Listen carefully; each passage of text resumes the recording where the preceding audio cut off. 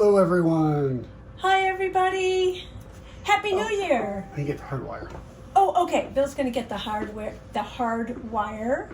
And we hope that you have had a wonderful holiday and are looking forward to a healthy New Year, and hope everybody is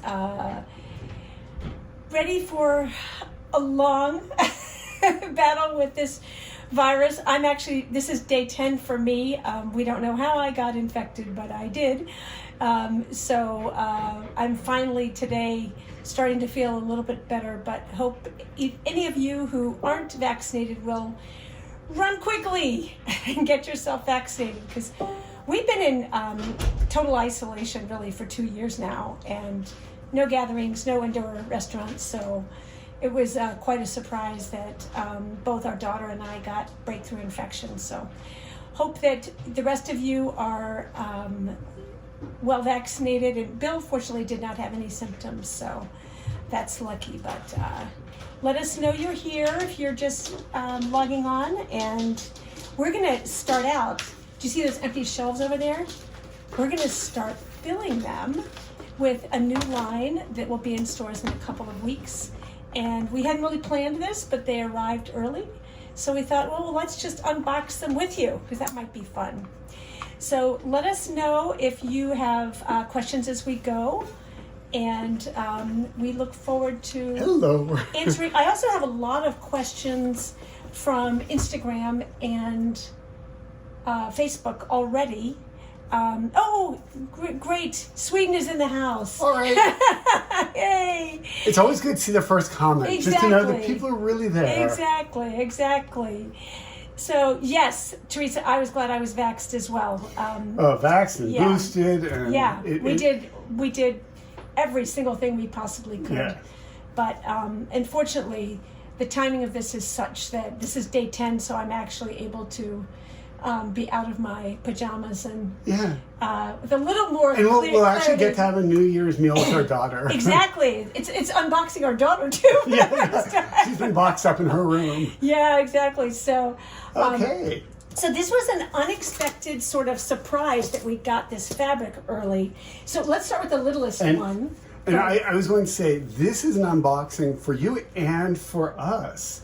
Well, yeah. Yeah, but they don't know that we haven't seen it at all yet. Yeah. Like this. So, but one thing to know is that it's not on the website yet. This is definitely a sort of sneak It's a bit of a peek teaser here. We'll get this on our website in the next week or so. And we'll have projects to show and everything, but it's kind of fun to see. It always feels like Christmas when we open up this one. So we're going to start with this littlest one first. Box of one. So now this is called Sunnyside. The line. And this was the first fabric in the line that we designed. This is the Joy print. We started this right at the beginning of the lockdown, so it's been a long process. We wanted to make something cheery and inspiring. Yeah. And so all the names are named after really positive, happy thoughts. So this is the Joy print. So you can see it's such a fun repeat and print. And will you put that on the shelf, please? Yeah, with pleasure. And the other thing I was going to say with these, we wanted a line that each of the fabrics would kind of draw you in and have beautiful detail, but they would play well with what you had in your stash. And I don't know, you'll see. All of our lines are kind of like that. That's true. We really strive. Vaccine boosted, great.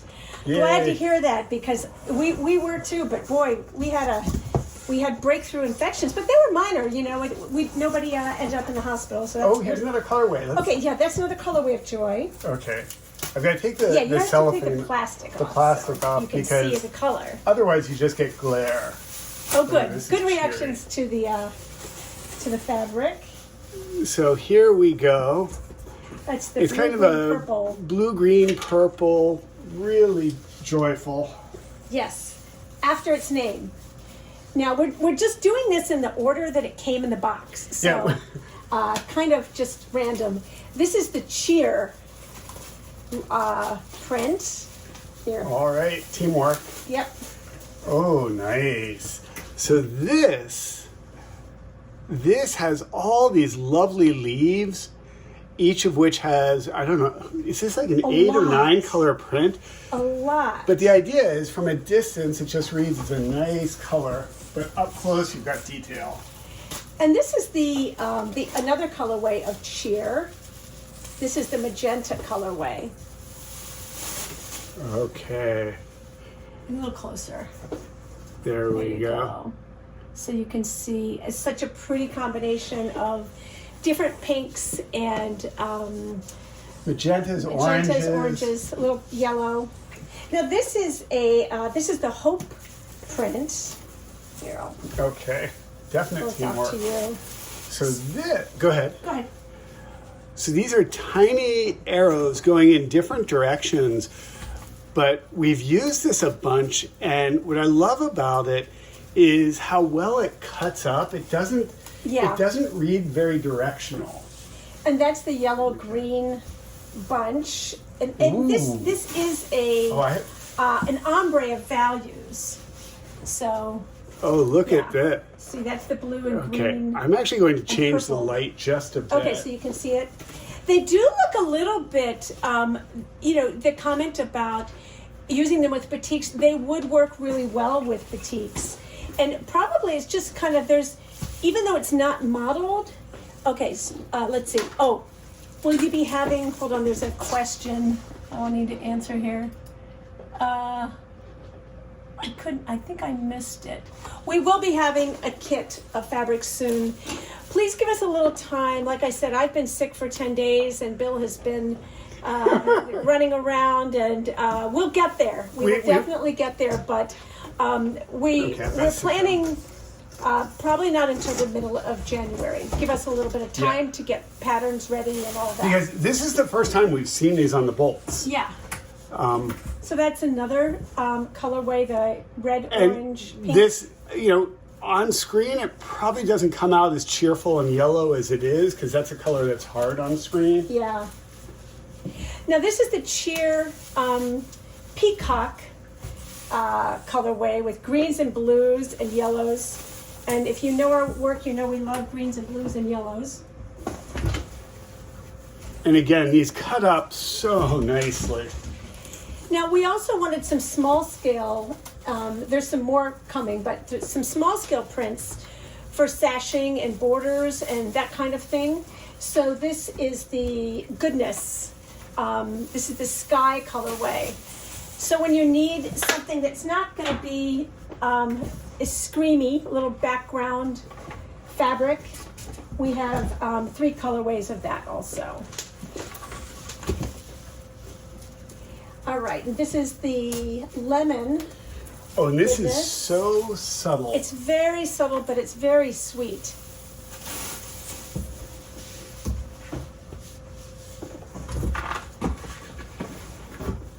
You can see those little motifs. Okay. Oh, this is fun. Then we got this is the teal joy, teal colorway of joy. Oh, so happy. Cheery, but not like screaming. You're going to be able to use it really easily with any of our other prints or any kind of medium to small. It looks great prints. on screen. It has such nice movement. Yeah, I love that repeat. I was so loving that repeat.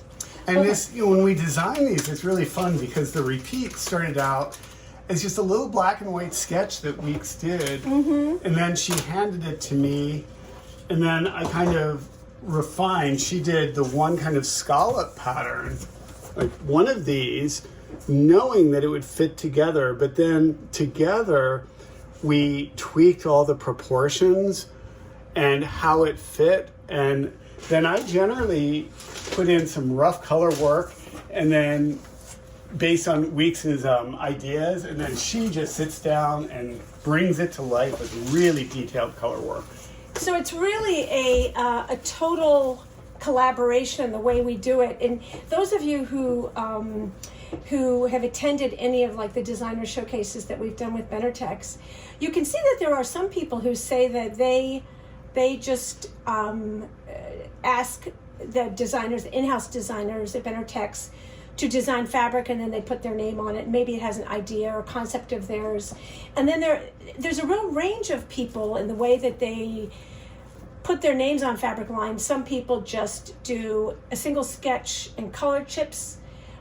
Some people, we do this sort of soup to nuts, including the repeats and everything. So we give a mostly finished. There's some tweaks that happen before it gets to the mill, but yeah, our contacts are which one is this? This one is the Lucky. Lucky.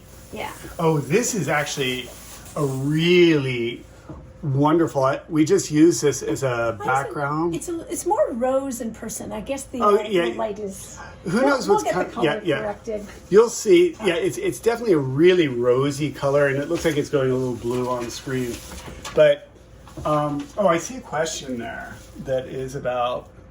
Yeah, they do look really different at a distance than close up, for sure. But wait, there's Jennifer. You're asking if we store our bolts laying down for a purpose, and we actually, for this area, sorry, I gotta move this down. We keep these laying down behind us, but the rest of our inventory is on end, on shelves here.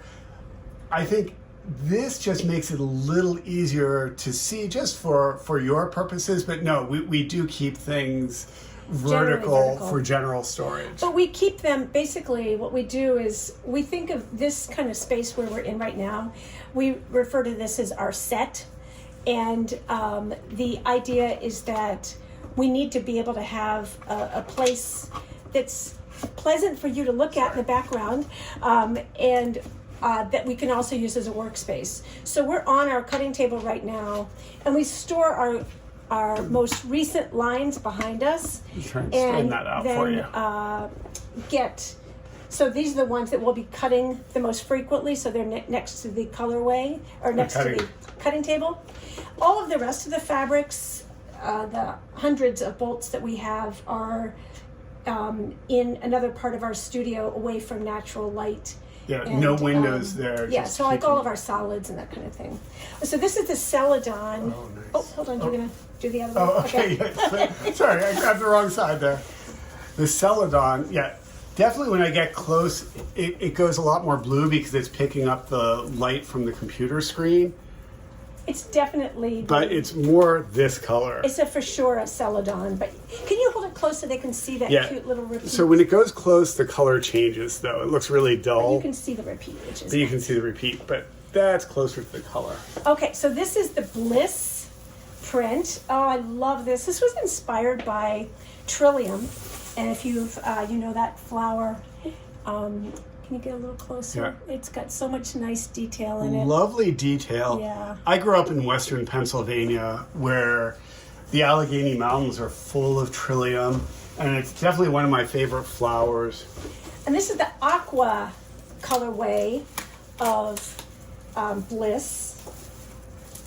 So you want to... Oh, so much. Okay. So and we are going to get to your questions. None of those are really on a white background. They're all on a pale, like blue, pale green, pale yellow background. Because the challenge is that when you do something with a white background, it can sometimes be challenging if you want to use a white solid with it. So all of these have a slight, there's no white background on it. They're all slight greens, blues, yellows. The next line we're working on has white, but there's no white in this line at all. So this is another, this is the Lavender Lucky colorway. And again, it might look like white on camera, but it is a pale lavender. Do you actually have a piece of white there that you can pick up from our stash? But that's actually an off-white. Let's see. Hold on, this is a white, you can see. Do you see? See that's white? When you get closer, so they're not pale lavender. They're not off-white backgrounds. They're actually really pale lavender, pale green. Okay, and now this is another. The last of the Lucky. This is the mint. And again, what I love about this is if I'll you're show you. Oh, that's attached. if you have seams, So you can see how different white gives you really good the contrast. seams really disguise themselves. So if you have different pieces sewn together, you don't see where it's sewn because of the overlap in the print. Okay. So this is the last of the Bliss colorways. This is periwinkle. And I felt like, you know, Pantone's color for 2022 is very peri. And I'm like, oh, we are so on trend with Yes. the periwinkle. So this is our, Ready? I love this one. With that so little dot cheery. of red. Yeah, and green and everything. Okay, now there's one more print left. Oh, I love And this is the darkest, because you know you sometimes need either for a binding or a little center on a pattern, you need a little dark contrast. This is the happiness print, and this is the ruby colorway. And it's really I interesting love this. because it's a two-tone print, but the actual pattern is very complex. So it's a geometric, but you know, from a distance, it's going to read fairly, you know, tone on Tone on tone, yeah. And we have this in 3 colorways. I love them all. The magenta, and this is the Oh. mallard. Oh, that looks great. It does. I'm really happy with the way it, look at the printing. The printing is just fantastic. It's crisp. Yeah. So that's the Gross. mallard. Okay. I'm a sucker for mallard. Yeah. Okay, and the last Oh, one. thank you, Anne. This is, I'm glad It's this so is. fun to do it together. It is. Because we never get a chance to, like, you never get to be here when we're doing this. And we're being a little more restrained. Usually we're like pulling them out. 'Cause we want to, you know, we've seen samples, but it's not the same as seeing it No, on and the I thought ball. it's fun to be able to fulfill the shelf with Yeah. you. Okay, so this is the happiness, the sapphire colorway. Last one. Oh, how pretty. And it might look like black on screen, but it's really just a beautiful royal blue. Wait, it's Sapphire it's blue. sapphire blue, so it's blue on blue. Oh, well, that was Okay, well, that fun. was fun. Okay, so I kind of. So I think we should do this next time we have a line. Every time we have to do a line, we'll do our unboxing I'm going to do this. live. Oh. So, Christine, you got cut off. It says, will you be showing the, I didn't see the rest of your question. So let me know if you have something you want to, hurry on the blue one. Yeah, we're really, we're glad you like it too, because we've been, you know, I remember we started designing this right before lockdown, and we were seeing what was going on in Italy and in Korea and in China and everything, and I was thinking like, yeah, this is going to be a long haul. It's got to be happy. Yeah, and I think that we should really think about, a cheerful line that isn't kind of sugary sweet, but is optimistic, and that it will encourage people to make things. We hope. I think Yeah. that's the key. It should be something that's just fun, enjoyable to work with. I think that we always want that, but in this case, it's something that I think feels comfortable right away. Right. And it's new yet familiar, which is an interesting balance to aim for. Well, and I think also it's something you can. It's not so out there that you're going to be like, wow. We don't want it to be hard. Right. You know, we don't want it to be an obstacle for you to be able to make what you want to make. So. And we know that the kinds of quilts that will be made with our fabrics are such a wide range. So we don't want to design fabrics that you can only make our quilts with. We want you to be able to make your quilts. And we just made 2 quilts from the sample yardage of this. And it's a really nice hand, so it was great to work with. Really nice hand. And yeah. you know, I am always one of those people that no matter how many fabric lines, and we've done hundreds and hundreds of fabrics, whenever we get our sample yardage, I always cut it up, wash it with a color catcher, nervous, and once We gotta slow again, down. we had gotta slow down. no bleeding, so that More was really exciting. good. Oh, a mulberry quilt. Yes, yes. So I'm glad. It's fun to see that your response, that you were happy that we did this, and we will do this again. It was you kind of never know when these things are going to come, and sometimes we have to open them up right away because there are, they've been delayed or whatever, and we have samples we need to make. So this was good timing. Yes, we will definitely try to do this in the future. So, but we did want to talk today about getting started, and we had. I really love this theme. I love New Year's Day. It's one of my favorite days, because it does feel like there are more possibilities, even with the realities that we're dealing with right now. But I think it is a good time to say, what barriers are you experiencing that you would like us to help you with? So I got a lot of questions.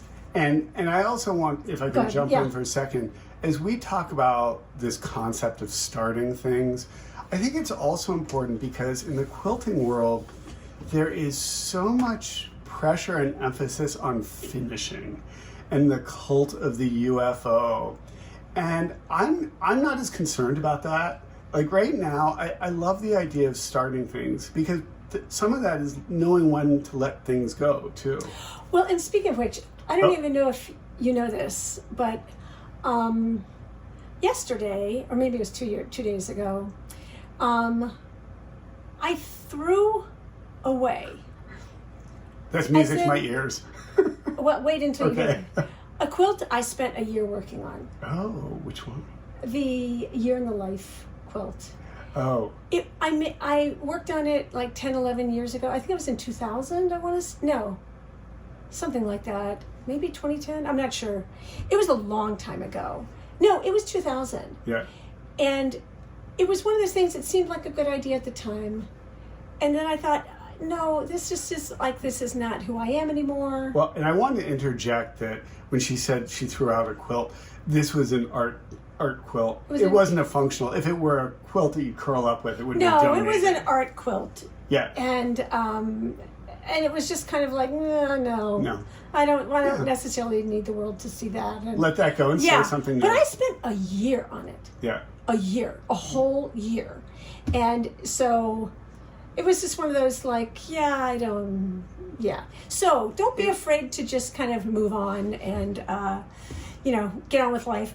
Okay, so the first question we had about getting started was someone asking whether we start straight line quilting or wave quilting. If we're doing it on a domestic machine, when they see the wave quilting that we put in our quilts, whether we start in the beginning of the quilt, in the middle of the quilt, like how do you do it? And if you look on YouTube on our Hello Baby quilt, you'll see the tutorial for how I did, I think that was wave stitching on that quilt. Yeah, you think it was straight line? I don't know. I think it was wave quilting.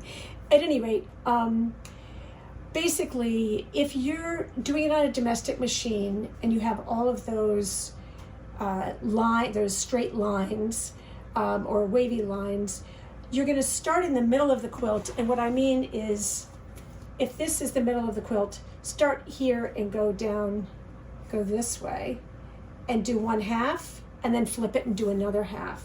Working from the center out, basically. No, but you don't want to say the center out because people will think that you're going to start your line in the center. Oh, right. The way you would with hand quilting, but you're starting it at the midpoint of the edge. That's probably and then going across. When you're quilting on a domestic machine, the reason you're starting from the middle of the quilt and moving out is just, if you go the other way and there's excess fabric, you get puckers and wrinkles in the middle. If you start in the middle and move out, it distributes any excess and keeps things more even. So Barbara has a great question, like what do you do with a partially finished quilt when you decide you aren't going to go forward with it? And I think offer it to somebody else who might be interested in it, because there are people who are long armers or people who do a lot of charity quilts, and they might be happy to finish it. Mine was it was not a functional quilt, and it was not something that anybody else conceptual. Yeah, it was conceptual. And so, I also think, Barbara, because that's a great question, but yeah, it is.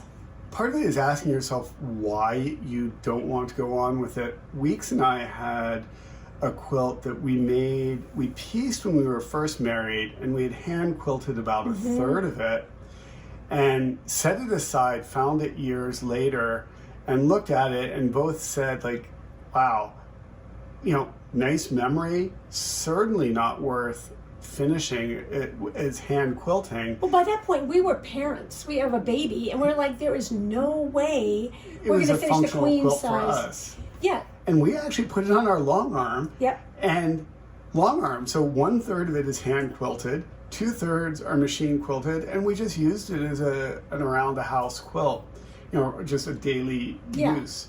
It's not going to have, it was worth it to us to finish it on our long arm because it was fast, and we just stippled the rest of it and said we're done. And it took such a weight off of us, didn't it? It did. And so we felt so much guilt that we weren't able to finish the hand quilting, but it's kind of like, life is short, move on. Yeah, it was a good solution. And I think that there are some quilts that we stop in the middle of piecing, in which case we happen to have a wonderful resale shop in our town that has a craft department with fabrics and things. So if we have a bunch of blocks or cut fabric that we've decided we don't want to go forward with, we just put it in a Ziploc bag, like a mini kit, and that way we can donate that whole thing, and a quilter would look at it and understand. But there are people who do little teddy bears and things like that, or small things like placemats or whatever, that want to incorporate a little strip of piecing into something else, and they will know what to do with it. But the piece that, I think sometimes it's really critical to not allow yourself to be weighed down by things that are no longer inspiring to you, because if they're not inspiring to you, they're probably not inspiring to your spouse or your children either. So Patty gave our calendar to her sister. I'm glad to hear that. Great, Patty. And I always have to say, because it's this time of year, we're working on the 2023 calendar. That's right. Now. That's on the to-do list. We actually did a photo shoot yesterday for it, so it's... Yes, and Anne's comment about that ship has sailed. Oh my gosh, that is so on point, Anne. It is. So, okay. So anyway, if you're curious about straight line stitching or wave stitching, check out the Hello Baby tutorial for how we do that straight line. It's part 2 of the Hello Baby on YouTube. Okay. You can check out how we start. It's a small baby quilt, but it's the same concept. On a domestic machine. I quilt that on a domestic machine. Okay, so then there was another question about patterns for large-scale prints. And this is a perennial question we get. And so I made a list of a few that I think are I could think of off the top of my head, and I'm sure you get pictures if you want. Sunshine is a downloadable PDF on our website, and that is fantastic. We designed that specifically for using K-facet fabrics, because there's so many people we know who don't know how to use those fabrics or aren't comfortable cutting them up, and so that's a great one. Our Follow the Leader is always, will you pass me issue 3, please? Follow the Leader is available in, I think it's a Fat Quarter Love 1, but I will show you this is definitely a favorite for people who, what's really great about this quilt is those little links between the big pieces The pattern's a little bit harder to see. Let me see if you can see it. That's a little bit easier to see on camera.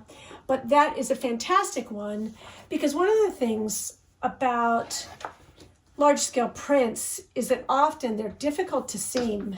So you want something where you can use it in a big chunk without a lot of seams in it. So that was a good one. Our village square pattern is a good one. And our woodlands pattern, that's also another good one. And then the one, oh, here we go. This is also another version of Follow the Leader, made with our Printology line. And as an aside, we've had so many comments from people. I changed our Facebook background to a detail shot of our framed quilt, and people are like, oh, what is that? What is that? So this is our framed quilt, and it is from Modern Quilts Illustrated number 13. So it's just a detail that you see, but the colorways are really, really fun to see how different it looks in different colorways. And this is in Modern Quilts Illustrated 13. So let's see. Then tools. Somebody asked about must-have tools and asked about whether we use our serger quilting. Do you want to talk about Let's that? work backwards. Sergers. I don't think I've ever used the serger quilting. I love the serger though. Yeah. We mostly use it when doing more functional things like totes or any bag type work, pillowcases. I don't... Anything where the raw edge is going to be exposed. Our daughter loves, for those of you who have a kid's guide to sewing, she is, I don't want to say obsessed, because that's a negative connotation, but her go-to gift for her friends is the hand-embroidered pillowcase in A Kid's Guide to Sewing. And she uses the serger for pillowcases, all of her pillowcases, because when the pillowcases, you're taking it in and out, so you're really roughing up those raw edges a lot. So the serger's great for that. But we press our seams open, so it's a lot more challenging to use a serger for our method of quilting. But in terms of, come back, Bill. I was looking for A Kid's Guide to Sewing. It's on the other shelf. We had a leak last fall in our studio, so we've had to rearrange everything and reorganize everything. So he's trying to find things that aren't where they used to be. At any rate, other tools. For us, our rulers, in particular, our trimming ruler is an absolute must, and our 6.5-inch ruler a must for me. Other tools are a good seam ripper and a great iron. We're actually talking about a great iron. Not that exists, but there are really good irons. Yeah, there are irons that are great for a season. Yeah. and then a couple of years we've maybe. Talked a lot about, we love Rowenta irons while they work. We've never had one that has lasted long, but they have the best steam. A couple of years. And the best point. Yeah, they last, and we use them heavily, but they always end up leaking. But I still buy them over and over because they have such a fine point, and because we press all our seams open, it's very easy to flatten that seam out with the Rowenta.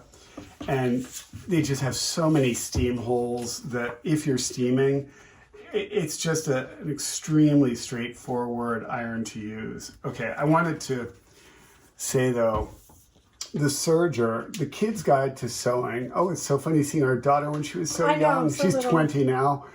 But this project, which is a simple pillowcase that, as Week said, Sophie makes a lot of these still, that main fabric, that accent strip, and then the flange, she surges because it's so fast, and she tends Yeah. to...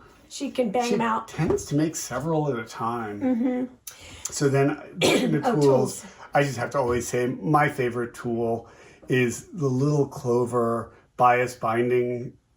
We don't cut on the bias, but the binding maker that you put a 2-inch strip into to get a 1-inch folded that you then fold in half and end up with a 1/2-inch finished binding. And we've talked about this so much. We have a 2-part YouTube tutorial on how we do our binding. But this is, I don't remember how much these are. Are they $7 or $8?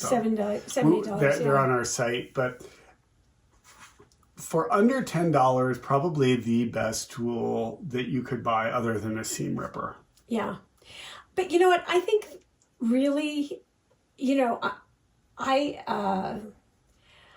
think the most important tool you have is your state of mind.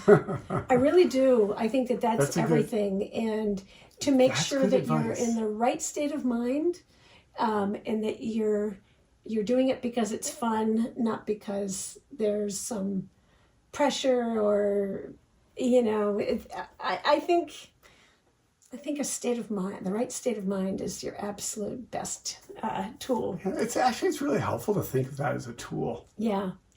Now, somebody asked us about whether we had any quilt as you go techniques, because they were struggling to quilt on a domestic machine with a narrow throat.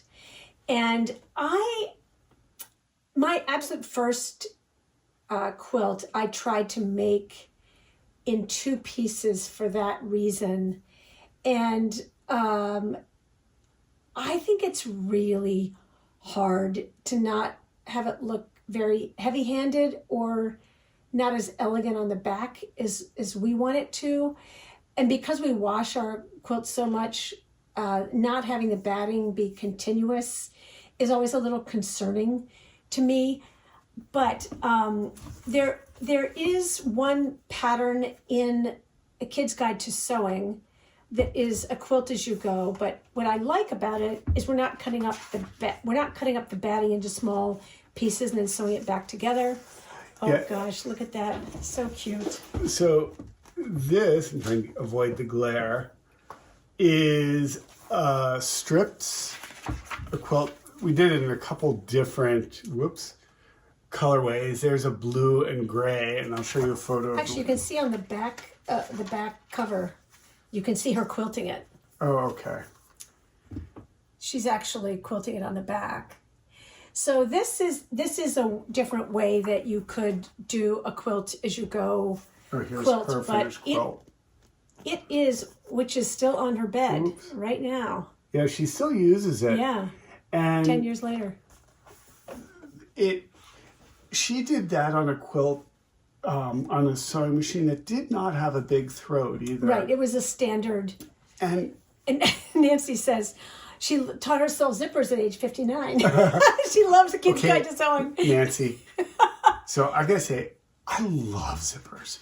And one year as a gift, when I was mentioning our local thrift shop, that's a charity shop, with this great sewing department, and she bought for what, $5? $5. A bag, huge bag of zippers.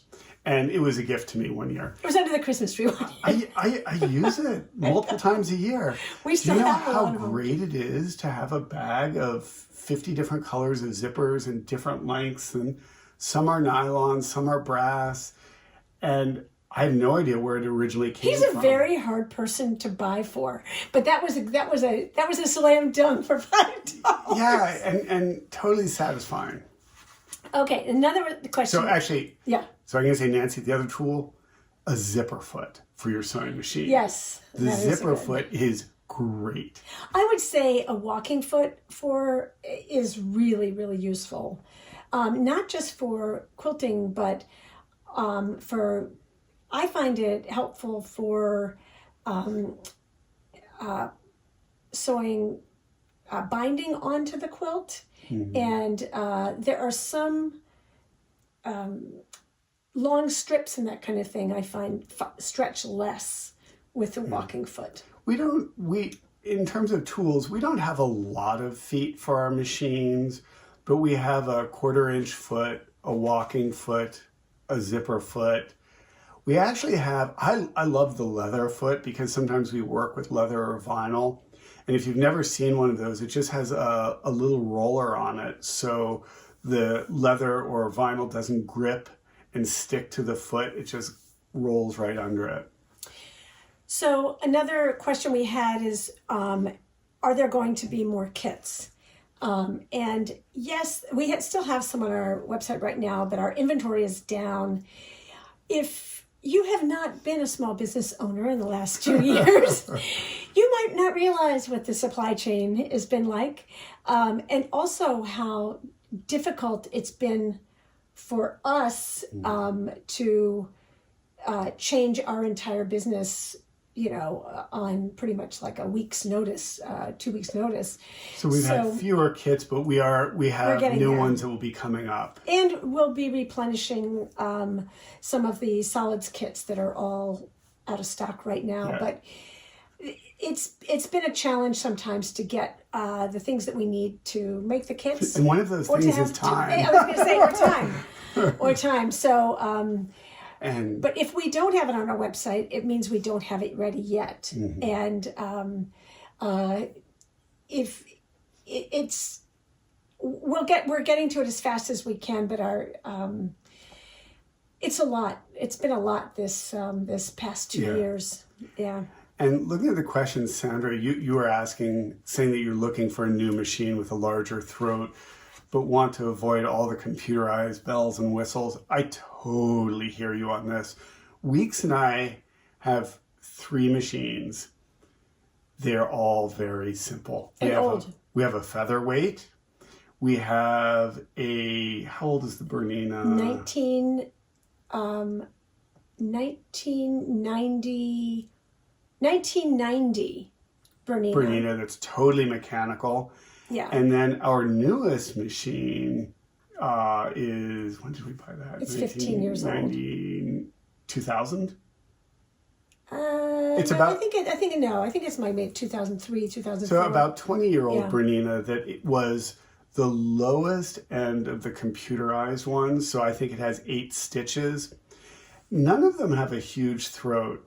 But if you're in the market, this is a challenge these days because if you're in the market for something with a big, wider throat, chances are it's going to be computerized. And it's kind of like it's hard to buy a car now that doesn't have more than you want to deal with on screens, at least for me. And I think it might be worth looking, if you have a good shop near you that sells machines, see if they have anything used. Yeah, I was going to say a used Bernina. Or even if you want simple a Juki. Yeah. If you have a Juki dealer near you, the older Jukis are so strong mechanically.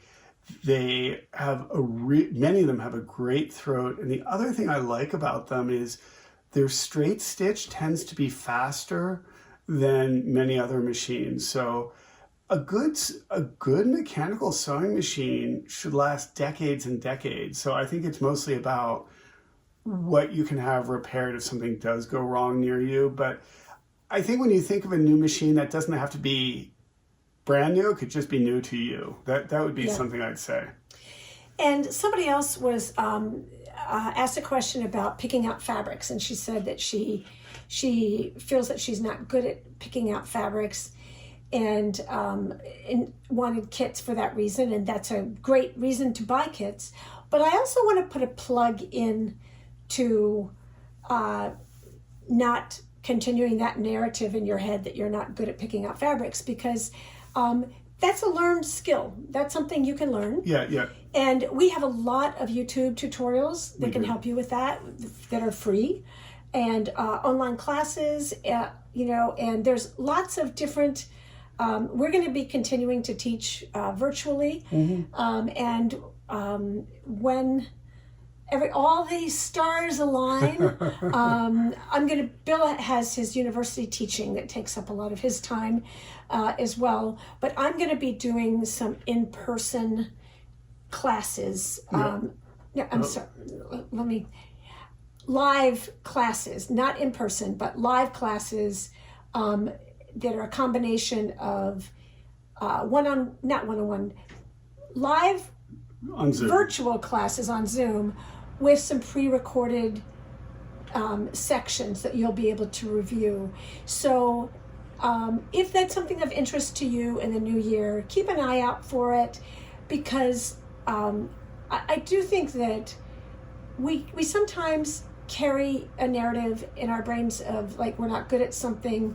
And I would hope that for the new year, one of the things that we could all say to ourselves is, I'm gonna get better, or I'm gonna practice, or I'm gonna try something new this year, and not necessarily assume that we can't do it. Mm-hmm. I think that's a fair thing, and I think the statement that I hear when people say I'm not good with color, they tend to have colors they really love, and it's okay to start with that. I think some people think that they have to reinvent the wheel somehow, and building up that confidence might be starting with a pattern that doesn't have really complex color work, maybe only has 4 or 6 fabrics that you can choose them, work with them, and feel good about that, and build up that experience and confidence, and don't, I agree with Weeks. I think you can psych yourself out with that narrative. Mary Emmerich is saying, Happy New Year, Mary. She has said she's good in a shop, but struggles online. And a lot of people do that. And there are a couple of tools depending on where you're ordering it from. If they have a virtual design wall, sometimes that can be helpful. We don't have anything that fancy on our site. But usually what I find is helpful is that if you've seen one fabric in person, that you can then extrapolate how bright that is when you put it next to something else, because typically fabrics on a website have been shot with similar lighting, and so if something looks one level of brightness or whatever online that you can, and you see something else that's a color you want to use with it, often you can tell when you see them together, like in your cart or whatever, whether one looks like it's going to be similar brightness than the other. And I think there are a lot of challenges with buying fabric online. I think one thing is just to acknowledge that you're going to get some that don't work. Mm-hmm. That's just going to be the reality. The next thing is shopping sites are generally better than manufacturers' sites. If mm-hmm. you go directly to Benartex or Westminster or Moda, one of the problems, almost all of the manufacturers put digital images of the fabric, not actual photos of the fabric. And ours are actually... On our website, we always have actual scans right. of the fabrics. And most websites that sell fabric direct to customers do that. But definitely it can throw you off if you look at the manufacturers. Some people always say like, oh, I love to see what Robert Kaufman has each season, so I go to their site. Well, that is almost never going to be the actual fabric, but rather a digital representation. And it's a good 20% off of what really gets printed in my experience. And the thing that's tricky about that is that manufacturers are market toward shops, not quilters. Mm-hmm. So what they're doing is they want to get it up while it's in production. They want to have a digital version to be able to pre-sell. Yeah. So what will happen is that they will and no, they don't want to pay somebody to sit there and, you know, scan every single finished fabric. So they just put the digital illustration up, and that can be sometimes not what you end up getting. So if you're on a fabric site and you zoom into the fabric you're interested in, if you don't actually see the fibers, you don't see a weave, it just looks like a flat illustration, it's probably not the original fabric, and that would be problematic for shopping, I would think. So Kathy says that she thinks that this line is very geometric. I think we have two prints in it that, or two or three that are more geometric. To me. Oh, maybe you're thinking of, like, it's not like a repeat, like big cabbage roses or something like that. Maybe that's what she means by it. Yeah, I think you're seeing the repeat. Well, one of the things, for example, this one does not have a discernible repeat. But this one does. Yeah, it's not as easy. Yeah. So one of the things with any fabric, and I think most of our lines have a combination of things that are more uniformly geometric and things that are looser. With the cutting, I think you always have to think about your fabric selection relative to the size of the piece. So if you have something that seems very geometric and it's a medium scale print, it will work best in a medium to large scale piece. Yeah. Another thing is, I think a lot of people worry about alignment. We've done a whole bunch of lines of wovens with stripes and plaids, and they make people nervous. They're like, I want to cut everything perfectly straight.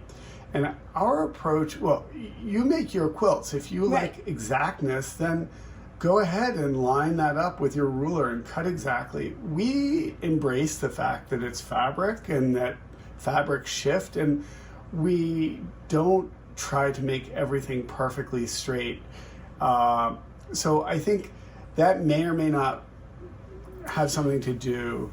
So, you know, you say with the pattern, with the grain, I think it's going to depend on the quilt you're making. I think cutting with the grain is a little overrated. Absolutely. If the majority of your quilt is cut more or less on grain, it's going to be fine. But let's just, pardon me while I interrupt. Yeah. Let's just actually, for once and for all, talk about this grain business, because people act as though it's either on the grain or it's off the grain, and as if being off the grain, like, here's the grain, right? This is off the grain. Yeah.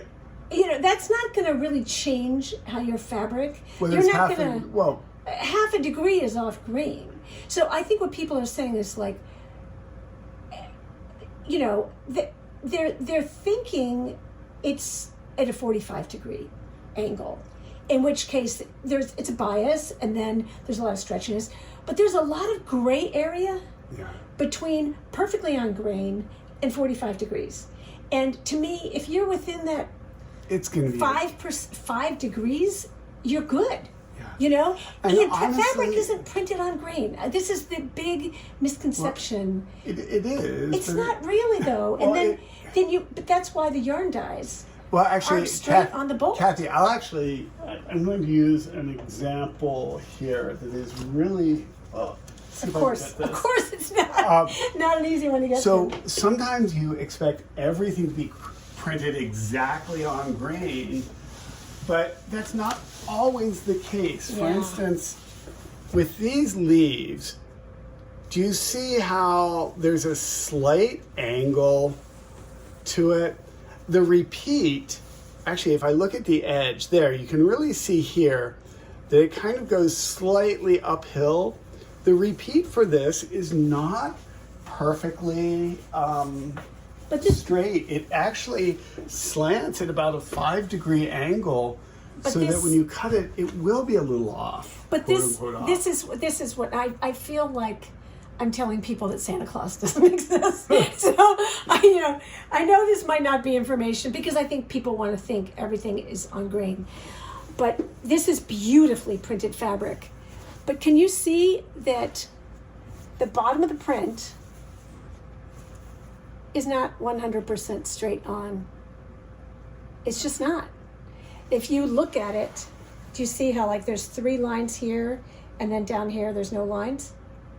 It's not. It's just not. It's a screen printing process, and it's not 100% straight on. It's, mostly straight, but it's. So the fabric, when it's printed, and there are many printing processes, but when it's printed, it's full out, the 42 inches, and it's going to stretch. And if you've ever noticed on their selvages, there are those little, kind of like little holes.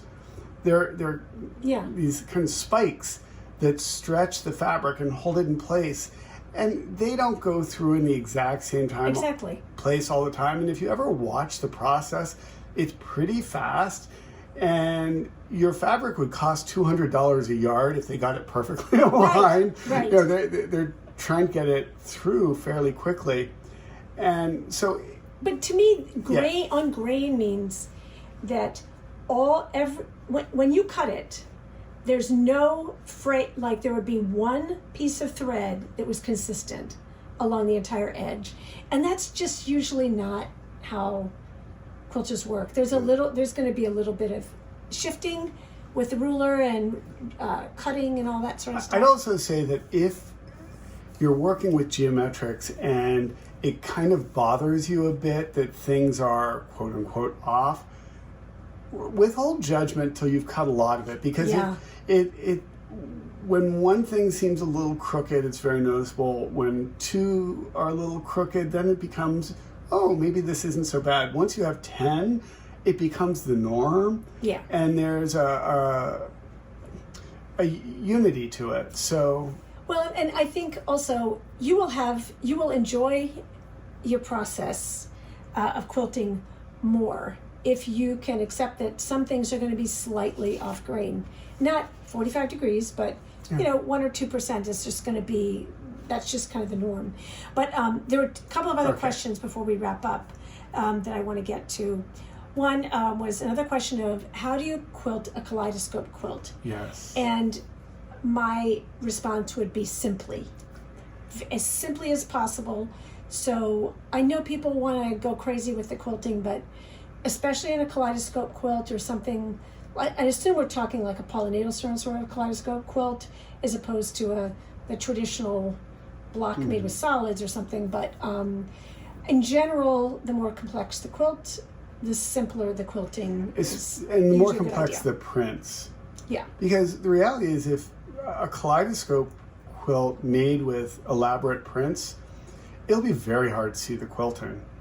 And so there are a couple issues. One, it would be very frustrating to quilt. Yeah. And it would be a lot of effort for not a whole lot of reward if you don't really see it. So we tend to reserve our more elaborate quilting for simpler quilts. Simpler quilts, yes. So the last thing I wanted to talk about was in response to a really heartfelt question, and that just touched my heart and so much because I have really been there as well. The question was, somebody was saying that during the lockdown 2 years ago, she got really busy making masks and felt really productive, and then the grief and the loss just sort of took a toll on her, and she's having a hard time starting to make things again. And she asked for advice on how to start making things again. And for those of you who don't know, I was rear-ended twice in a month, 2 months before the lockdown, and have been dealing with serious. Yeah, I'm 2 years now. I've been having vision therapy and PT and OT, and under the care of concussion specialists at a rehab hospital here. And I was struggling to walk a block, for several months and then COVID hit. Yeah. You know, so I really get the whole struggle to feel like you are just, there's a heaviness. Totally get that.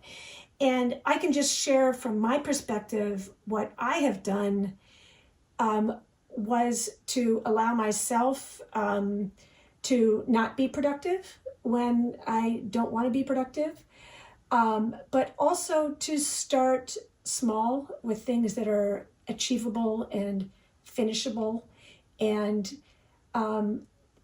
like be realistic in how much time and bandwidth in my brain I have. Being realistic is really helpful, Yeah. because it avoids a certain amount of disappointment, allows you can still have goals and you can still push Yeah. for more complexity down the road, but you had a year where you weren't making quilts at all, Yeah. but she kept designing and we kept collaborating. Well, I did like the Hello Baby video, because it's like that was a small doable thing. And I've done, parts of quilts, and there are times that I can sew for like, hours. And then there are times that after like 5-10 minutes, my brain is tired and, ready to go. So I would just encourage you, if you are frustrated or you're feeling a heaviness, because this is, the beginning of the third year with this, that that you think about, focus on things that are fun, that seem fun, that maybe try something different, but start small and start with something that speaks to you and you're excited about. This is not the time to tackle UFOs, in my opinion. I would agree. This is not the time Leave them be. This is not the time to tell yourself this is not a should season. This is not a time to tell yourself you have to do this, you have to do that. But that you want to find little bits of joy and satisfaction and enjoy being with your fabric, and decide that, just remember, if it's not fun, then do something else. But I think if you want to make something, but you're a little overwhelmed and still feeling, not 100%, start with something small or something easy, something quick that you're going to feel positive about, and that it's kind of like a little stepping stone to getting back into the pool. So I'm right there with you, by the way. I hope it's a really good year for you all. Yeah. And with all the bumps in the road, just do the best you can. And yeah. we look forward to seeing, it's great when people share their work, and we will, we promised, we're going to get you more information on this line. It'll be up on the website in January with kits and projects, and we've got a new publication coming out. We've got a lot of new things, and then I want to do the virtual classes, the Zoom classes for individuals. We do them for guilds, but a lot of guilds are going back and forth between. And a lot of people aren't in guilds. Yeah. So, but I am going to get that ready. Is like I said, I'm trying to pace myself too. So, but we're trying not to put pressure on ourselves. And just definitely enjoy it. one of my intentions for 2022 is to be able to make learning with me and you and together, to be able to do that virtually in a way that works for both of us. So Happy New Year to you all, and Happy New Year, and we'll see you. Yes, see you in a month. Yes, we'll see back you here on February 1st, and sometimes the times change depending on Bill's teaching schedule, and the day of the week. But it'll we'll be see the you soon. first. Okay, see ya. Bye-bye. Happy New Year, all.